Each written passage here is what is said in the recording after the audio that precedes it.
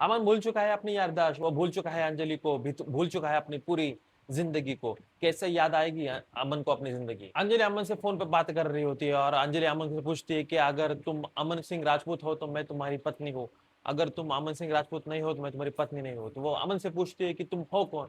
पर अमन बेचारा अपनी याददाश्त खो चुका है और वो कहता है कि मुझे नहीं पता मैं कौन हूँ, मुझे कुछ भी याद नहीं आ रहा।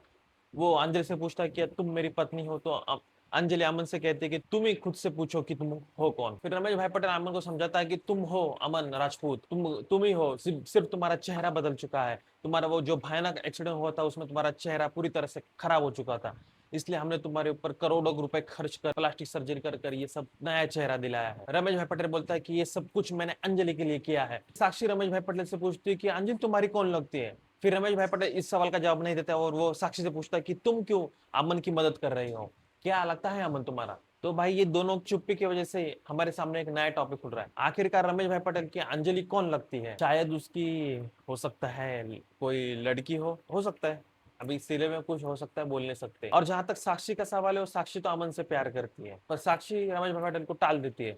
और फिर अमन ही साक्षी को पूछता है कि तुम मुझसे बहुत प्यार करती हो ना? तो साक्षी कहती है कि हाँ मैं आपसे प्यार करती हूँ, इसलिए मैं सात समुद्र पार करके आप जिससे प्यार करते हैं उसी से मिलाने आई। क्या यार, ये ऐसा हमेशा ऐसा ही होता है बेचारा, एक दूसरे से कोई प्यार करता है और वो दूसरे पर करता है। आगे बढ़ते हैं। युवराज का फोन आता, अमन भाई पटेल तो है कि बस्ती में कौन आया था, किससे लेके आए थे तुम? भाई कहता है कि मुझे लगा ही था तुम्हारा फोन आएगा और तुम्हारे बाप का भी फोन आएगा। तब युवराज ठीक से बात करो। रमेश भाई कहता है कि इसी अंदाज में बात करेंगे बेटे तेरे से अभी, अब जब तेरे को पता चलेगा कि कौन आया है तो तुम सबके होश उड़ने वाले हैं। रमेश भाई पटेल उसे उछलता है और कहता है कि वो जो है वो इस वक्त वो नहीं है, और जो इस वक्त जो है वो असल में वो नहीं है। ये बोलकर युवराज हमारा कंफ्यूज होता है और कहता है कि तुम्हारा दिमाग तो ठीक है। रमेश भाई पटेल ने युवराज को और उलझा दिया और यहाँ पर तीन तिगड़ी अंजलि से मिलने आते हैं, युवराज, हरभजन और अभय। और फिर अभय अंजलि से कहता है कि मैं ज्यादा वक्त नहीं गंवाना चाहता और तुमसे सीधा पूछता हूँ कि कौन आया था बस्ती में? अमन भाई पटेल और एक लड़की और कोई तो था, कौन था मुझे बताओ। अब ये पागल लोग हैं, कह रहे कोई भी आता है मुंह उठा के और पूछते हैं अंजलि से और रमेश भाई पटेल से कि कौन आया था हमको बताओ। पागल का प्लान किसको कोई बताएगा क्या?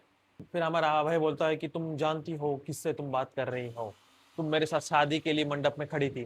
तभी अंजलि बोलती है कि हाँ मैं सिर्फ खड़ी थी, शादी तो नहीं की मैंने। शादी इसलिए नहीं की क्योंकि मेरे से शादी करने के लिए तुम्हारी औकात नहीं है। तभी अभय उसके ऊपर चिल्लाता है और वहीं पर हमारा फिर वेद आता है और वेद कहता है कि तमीज से बात कीजिए, लगता है आपके घर में किसी को नहीं सिखाया गया लड़कियों से कैसे बात की जाती है। अभय वेद का कॉलर पकड़ता है और वेद कहता है कि कॉलर छोड़ने के लिए, पर वो अभय कॉलर छोड़ता नहीं। फिर हमारी अंजलि बीच में आती है और अभय को एक छटा लगा देती, अपनी बहन गिन्नी को कॉल करती है और गिन्नी से कहती है कि तेरा पति बस्ती में आया है, उससे बोल जल्दी से जल्दी यहाँ से जाने के लिए, नहीं तो कुछ गड़बड़ हो जाएगी, गड़बड़ हो जाएगी, मारपीट हो जाएगी, बेचारा मार खा लेगा फिर से अंजलि के हाथ से। अभय अंजलि का हाथ पकड़ता है और उससे चलने के लिए कहता है, पर अंजलि वो अपना हाथ छुड़ा लेती है और अभय के दो तीन गाल पर चाटे मार देती है। तभी फिर बीच में हमारा युवराज आता है और उसके सामने फिर वेद खड़ा होता है और फिर वेद अंजलि को कहता है कि आप यहाँ से चले जाइए, मैं तीनों को देख लूंगा। और फिर वहां पर फिर से मार पिटाई होती है और हमारे युवराज तो हम जैसे हमेशा पिटता है, आज भी पिट जाता है और उसके साथ नया ट्विस्ट, बेचारा हरभजन भी पिट जाता है।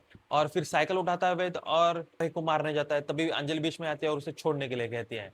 अंजलि गिन्नी को कॉल करती है और कहते हैं कि आज तो तेरे पति को छोड़ दिया। गिन्नी अंजलि को पूछती है कि आखिर क्या बात है, क्या चल रहा है, कौन आया था, मुझे बताएगी तो? गिन्नी अंजलि को अमन की कसम देती है और कहती है कि सच सच बता कौन आया था। फिर यार ये अंजलि बता देती है और कहती है कि अंजलि उसको कहती है कि गिन्नी को तू किसी को बताएगी नहीं। अरे यार मालूम है गिन्नी कैसे किसी न किसी को बता देती है, मुंह बकी देगी किसी न किसी को। तभी फिर भी अंजलि गिन्नी को आखिरकार बोल ही देती है कि वो जो आया था वो अमन सिंह राजपूत था। और फिर हमारी गिन्नी चौंक जाती है, आखिरकार चौंकी कि भाई सब लोग ही चौंक रहे हैं। और रमेश भाई पटेल अमन के घर वालों की तस्वीरें उसे फोन पर दिखाता है और बताता है कि ये तुम्हारे कौन कौन लगते हैं, पर और रमेश भाई पटेल उसे समझा ही रहा होता है, तभी गिन्नी का कॉल आता है और गिन्नी कहती है कि रमेश भाई पटेल से कि सच में अमन जिंदा है, वापस आ चुका है। फिर रमेश भाई पटेल गिन्नी से कहता है कि तुम किसी को मत बताओ। तो फिर गिन्नी अपने पति की कसम खाती है और कहती है किसी को नहीं बताऊंगी। यही के फिर हमारा एपिसोड खत्म हो जाता है। आज के एपिसोड में हमें काफी इमोशनल माहौल दिखाई दे रहा है, क्या पता गिन्नी आगे जाकर किसी को बताएगी या नहीं बताएगी, अभी आने वाले एपिसोड में हमें पता चलेगा। ऐसे ही इंटरेस्टिंग अपडेट के लिए हमारे चैनल को सब्सक्राइब करें, अगर आप फेसबुक पे देख रहे हो तो हमारे पेज को फॉलो करना ना भूलें।